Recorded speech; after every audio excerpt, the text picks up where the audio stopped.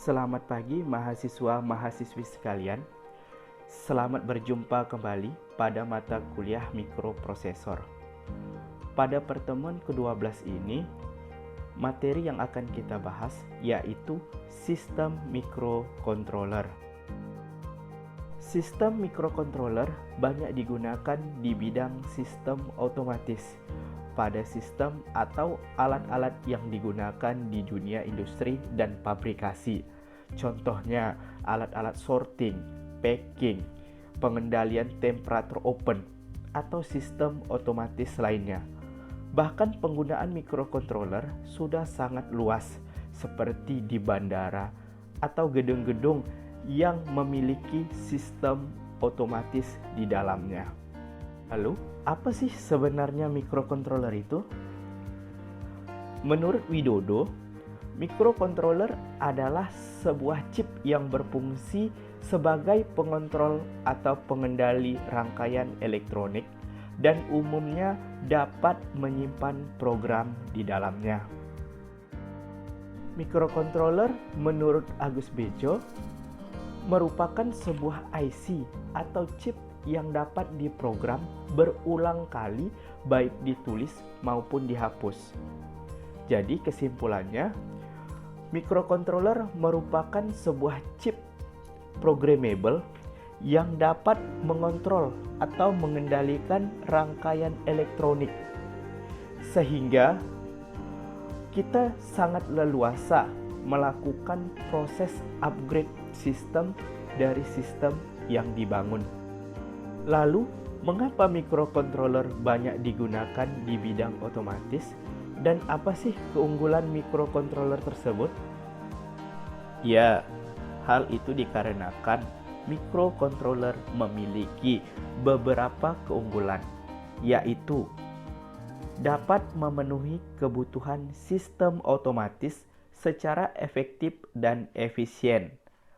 Hal ini menyangkut kecepatan mikrokontroler yang cukup baik, kemasannya yang kecil, sehingga penempatannya mudah dilakukan, konsumsi daya yang rendah, jumlah RAM dan ROM yang cukup memadai, jumlah input dan output yang banyak, dan harga per unitnya masih terjangkau.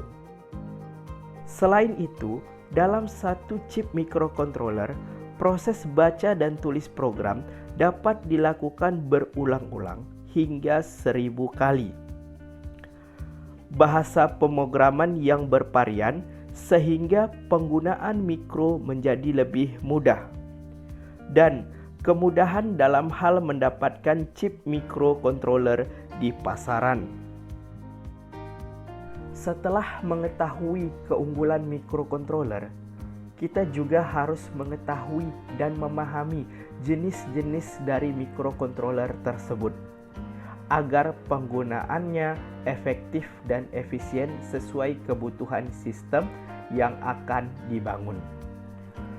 Secara teknis, hanya terdapat 2 jenis mikrokontroler berdasarkan kompleksitas instruksi-instruksi yang dapat diterapkan pada mikrokontroler tersebut, yaitu CISC atau Complex Instruction Set Computer. Yang kedua, RISC, Reduced Instruction Set Computer. Mikrokontroler dengan jenis arsitektur CISC atau Complex Instruction Set Computer yang memungkinkan mikrokontroler untuk memiliki banyak instruksi pengaturan yang dapat dijalankan, tetapi dengan fasilitas yang secukupnya. Contohnya, keluarga MCS51, seperti jenis mikrokontroler AT89S51 dan AT89S52.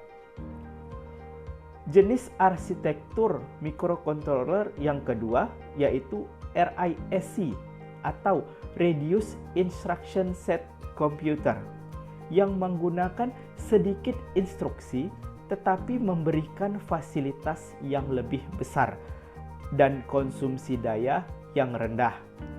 Contohnya, keluarga AVR seperti Atmega 16 dan Atmega 32.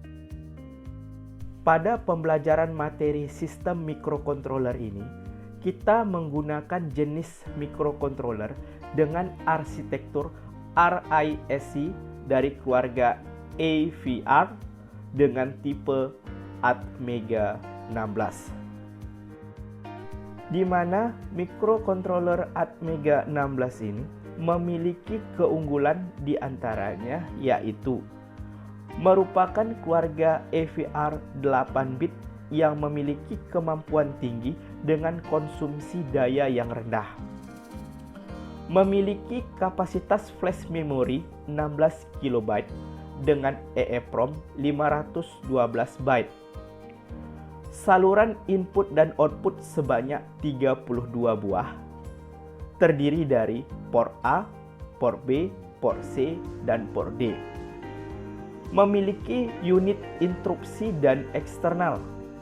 Memiliki beberapa fitur peripheral seperti 3 buah timer atau counter, 4 kanal PWM, 8 kanal ADC, antarmuka serial peripheral interface, dan real-time counter dengan osilator tersendiri.